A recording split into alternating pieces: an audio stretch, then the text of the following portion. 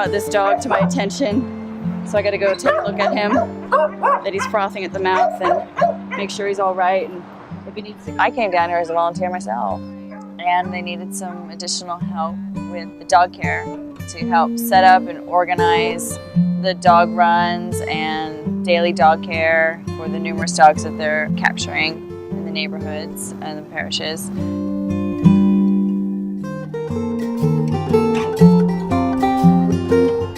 They can't live on the streets without us because they're not your typical strays. They're people's household dogs that aren't finding their way home because their owners aren't there anymore.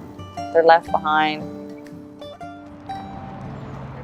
When the trappers come in, they pretty much knock on the back door and tell us that they've caught an animal. When we intake the animal, take its photograph, give it its basic vaccinations, we give it a microchip. Then that animal is basically on hold for 5 days. You know, if it happened to have any owners, those owners can show up. If it did perhaps have a microchip or have any tags or identification, we will try and do our best to contact that owner. After the 5 days, then the animal is going to be spayed and neutered, and then the animal's up for adoption. Most of our day is spent doing a lot of the basic chores and taking care of the animals. You know, feeding, watering, you know, cleaning up poop, sweeping out the kennels, cleaning up the hay, just all sorts of basic care for dog kennels. You know, and that takes us the majority of the day.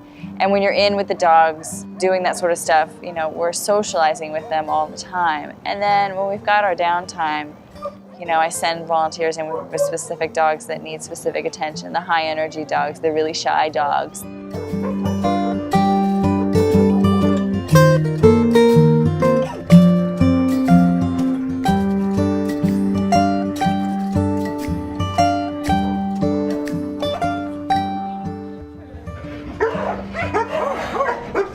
Dogs' temperaments that come in have been quite varied, but I'd say overall most of the dogs are pretty easygoing, pretty happy-go-lucky dogs.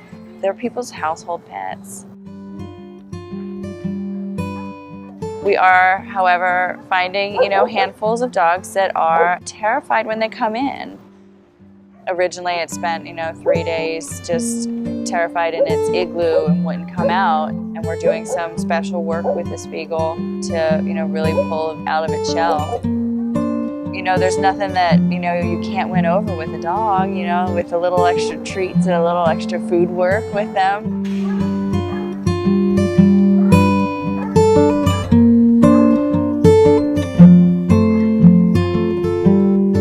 Our volunteer support here has been essential. Without our volunteers, you know, we can't do the work that we've been doing. It's just been really great to get to know people from all over the country, and we just had a large group of people from Canada down, and we just can't do it without them. This is what I've always dreamed to do, you know, be outdoors and moving around, and the biggest paycheck in the world is like, you know, a dog looking at me in the eyes and giving me a big fat kiss.